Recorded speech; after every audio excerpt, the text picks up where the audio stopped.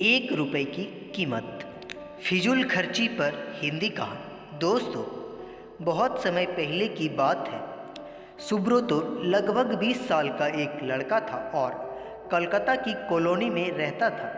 उसके पिताजी एक भट्ठी चलाते थे जिसमें से वे दूध को पका पका कर खोआ बनाने का काम करते थे। सुब्रतो वैसे तो एक अच्छा लड़का था, लेकिन उसमें फिजूल खर्ची की एक बुरी आदत थी।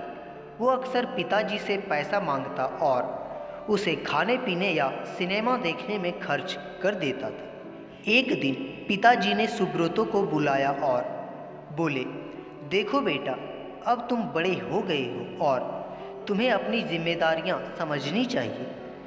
जो आए दिन तुम मुझसे पैसे मांगते रहते हो और इसे इधर उधर उड़ाते हो, ये अच्छी बात नहीं है।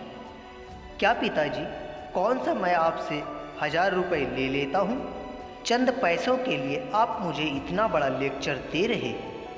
इतने से पैसे तो मैं जब चाहूँ आपको लौटा सकता हूँ। सुब्रतो नाराज होते हुए बोला। सुब्रतो की बात सुनकर पिताजी क्रोधित हो गए, पर वो समझ चुके थे कि डांटने फटकारने से कोई बात नहीं बनेगी। इसलिए उन्होंने कहा, ये तो बहुत अच्छी बात है। ऐसा करो कि तुम मुझे ज़्यादा नहीं, बस 1 रुपये रोज लाकर दे दिया करो। सुब्रतो मुस्कुराया और खुद को जीता हुआ महसूस कर वहाँ से चला गया। अगले दिन सुब्रतो जब शाम को पिताजी के पास पहुँचा तो वे उसे देखते ही बोले, बेटा लाओ मेरे 1 रुपये। उनकी बात सुनकर सुब्रतो जरा घबराया और जल्दी से अपनी दादी माँ से 1 रुपये लेकर लौटा। लीजिए पिताजी, ले आया मैं आपके लिए 1 रुपये। और ऐसा कहते हुए उसने सिक्का पिताजी के हाथ में थमा दिया। उसे लेते ही पिताजी ने सिक्का भट्ठी में फेंक दिया। ये क्या, आपने ऐसा क्यों किया? सुब्रतो ने हैरानी से पूछा। पिताजी बोले, तुम्हें इससे क्या?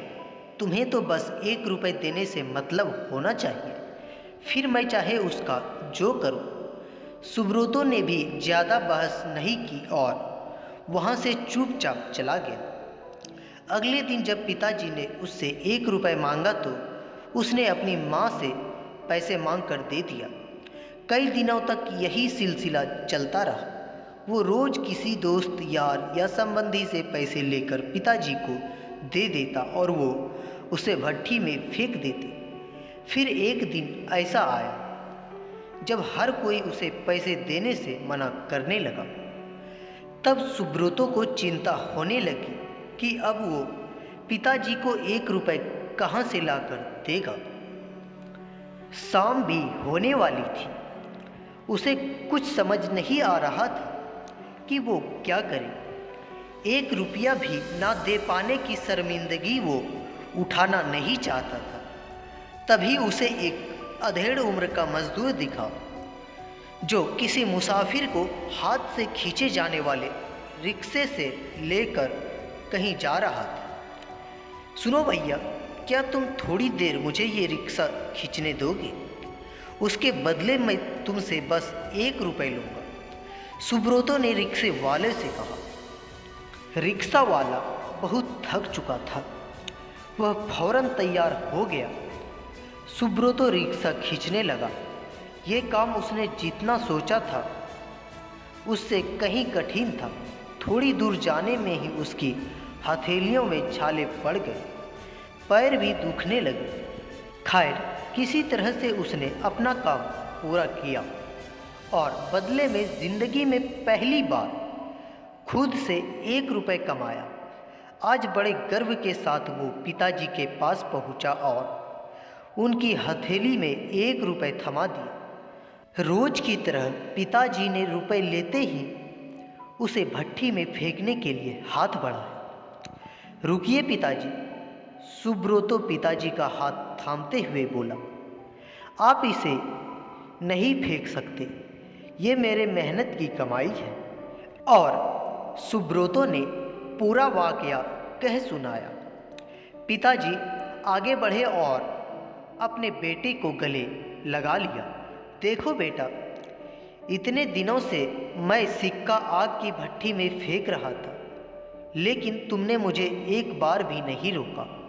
पर आज जब तुमने अपनी मेहनत की कमाई को आग में जाते देखा तो एकदम से घबरा गए। ठीक इसी तरह जब तुम मेरी मेहनत की कमाई को बेकार की चीज़ों में उड़ाते हो तो मुझे भी इतना ही दर्द होता है। मैं भी घबरा जाता हूँ। इसलिए पैसों की कीमत को समझो, चाहे वो तुम्हारे हो या किसी और के। कभी भी उसे फिजूल खर्च में बर्बाद मत करो। सुब्रतो को पिताजी की बात समझ आ चुका था।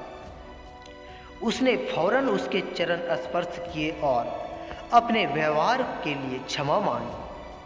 आज वो 1 रुपए की कीमत समझ चुका था और उसने मन ही मन संकल्प लिया कि अब वो कभी भी पैसों की बर्बादी नहीं करेगा।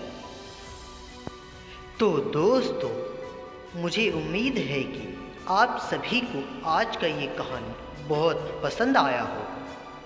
यदि पसंद आया हो तो कृपया आप इस कहानी को सबके साथ शेयर जरूर करें। धन्यवाद। मिलते हैं अगले वीडियो में।